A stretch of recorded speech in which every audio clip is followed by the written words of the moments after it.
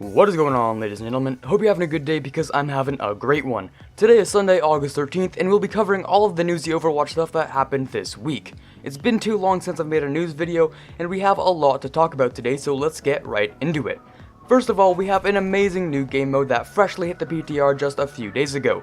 This is a deathmatch kind of thing, and I mean old school deathmatch. A free-for-all, see how many kills you can get kind of thing that I personally really enjoyed back in the day when I still played COD. People are already coming up with strategies for the different ways you can play the game mode, and it's looking like Genji is one of the best picks right now. I don't really know how the game mode will turn out when it launches, but for now it seems like a really cool concept, and I'll probably sink tons of hours into it when it's released for console. There's also the other variant, Team Deathmatch, which is what we're most familiar with if you've played the likes of Battlefield or Call of Duty. Of course, with the new game modes always comes a new map, and this one is called Chateau Guillard, and is based around Widowmaker. Her maiden name is Guillard for those of you who didn't know. So this is her family estate and she has claimed it and is now using it as her personal base for Talon. There's probably more lore that I won't get into, but the map itself looks pretty damn cool, and it also has a bunch of different levels and heights, even some underground stuff that we haven't seen very much in maps, so I'm pretty excited to be able to play this when it releases. Moving on to the hero changes for this week. The stuff they've been giving us is actually pretty weird, so let's check it out. Widowmaker actually got a buff from the PTR and nobody really knows why. Her hookshot cooldown has gone from 12 seconds to 8 seconds, and this does make her fit a little bit more into the dive with all of the movement stuff. I have heard something about people asking for this change, and here it is, kind of proving that Blizzard does listen to the players when it comes to small things like improving the quality of life. That's not the only change we got though. Her Venom Mine now allows her to see the people that triggered it through walls, which is kind of fascinating that they would decide to do that. On the surface, it doesn't seem like that much of a buff, but if you've seen any pro widows use their sights and get 3 or 4 kills, this can be a real problem when you consider how useful it is for camping around one spot. Again, I don't really know why they chose to give her this buff, because we definitely needed more abilities that can see people through walls, right? To be completely honest though, the buff I was looking for is something closer to an ultimate buff or change, because it doesn't seem very impactful as is. I don't know, maybe we'll get something in the future, cross your fingers. Here's a buff that some of us saw coming, but it's a little bit different than you'd first imagine. Orisa is getting some pretty big changes. I know Jeff Kaplan said that Orisa would be getting minor changes, but quite honestly these things are pretty huge in my opinion. Her fusion driver projectile speed has been increased, which although seems like a DPS boost, it only increases the travel time, not the rate of fire. So a couple people will be disappointed, but hey, it's a buff nonetheless. Personally, I don't play Orisa that much, so it doesn't have much of an impact on me. However, her barrier is getting some amazing buffs. As if dropping the cooldown wasn't enough, we're also seeing the size of the barrier increase by 20%, which is something I know I've been wondering about for a long time. Her shield used to only be able to cover her, and her teammates didn't get a whole lot out of it like they would with a Rhine shield, but this might change that dramatically. Her barrier shape has also been changed to allow for more coverage from enemies shooting below her, so it's a little bit of an additional defensive boost.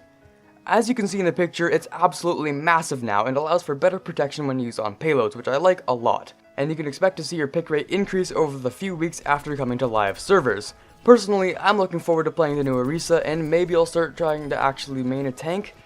Maybe? I don't know, we'll see. The last 2 buffs of the day are for Roadhog and Junkrat, which we did see coming a while ago. I talked about them in my previous news videos, but they are now on the PTR. If you have Overwatch on PC, I recommend you go check them out because they're pretty interesting. Junkrat's changes are pretty massive and you could almost call it a rework, but not exactly because they're just buffs. There aren't any nerfs or negative changes that sacrifice some aspects for others. Junkrat has gotten a second concussion mine, which I'll grudgingly have to admit does technically make him a potential counter to Pharah, but I won't get too into detail with that. The cooldowns on the mines are the same and they can be stored up like tracer blinks for a maximum of 2 at any given point. Of course, this means you can use them to triple jump and make for some pretty insane strategies.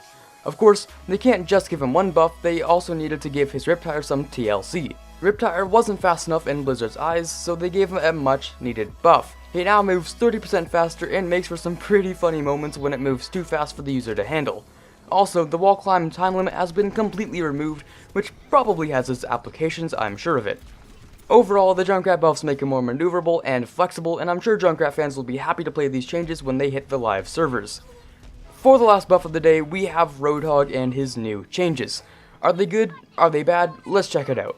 So we'll start off with some facts. He can now heal while moving, which is a pretty big bonus in of itself. He also takes 50% less damage while using Take a Breather, which is also something pretty insane. To put that into perspective, he can now survive an entire Diva Bomb at the epicenter, which now proudly puts him into the category of Diva Bomb counters. However, there are a couple problems with how they're promoting his new playstyle. You see, he can now survive longer, which is good for the Roadhog player, but it's also good for the enemy team. Even though he's blocking the damage from reaching his team, he's still feeding the enemy team more ult charge than ever. He just went from a standard Duracell to a rechargeable, and that's all that can really be said. Of course, it does make him better, but is it really enough? I'm gonna say no. Although they did solve the one-shot problem a couple patches ago, the way they're going about trying to force him into a tank role isn't gonna work no matter what numbers they play with. He was a DPS, and trying to give him this kind of buff only makes him a tougher and tougher battery, unless they just remove some of the ult charge generated off of him entirely. While these buffs will do some good for Roadhog, I still think he needs some heavy reworking before he'll see some redemption in competitive play. Tell me your thoughts about the new Roadhog down below. So that was the news for this week. I hope you enjoyed watching, and don't forget to leave a like if you did. Of course, if you're new to the channel, don't forget to subscribe so you get to see some more of this stuff in the future. This is Cutter signing off, and as always, have a fantastic day.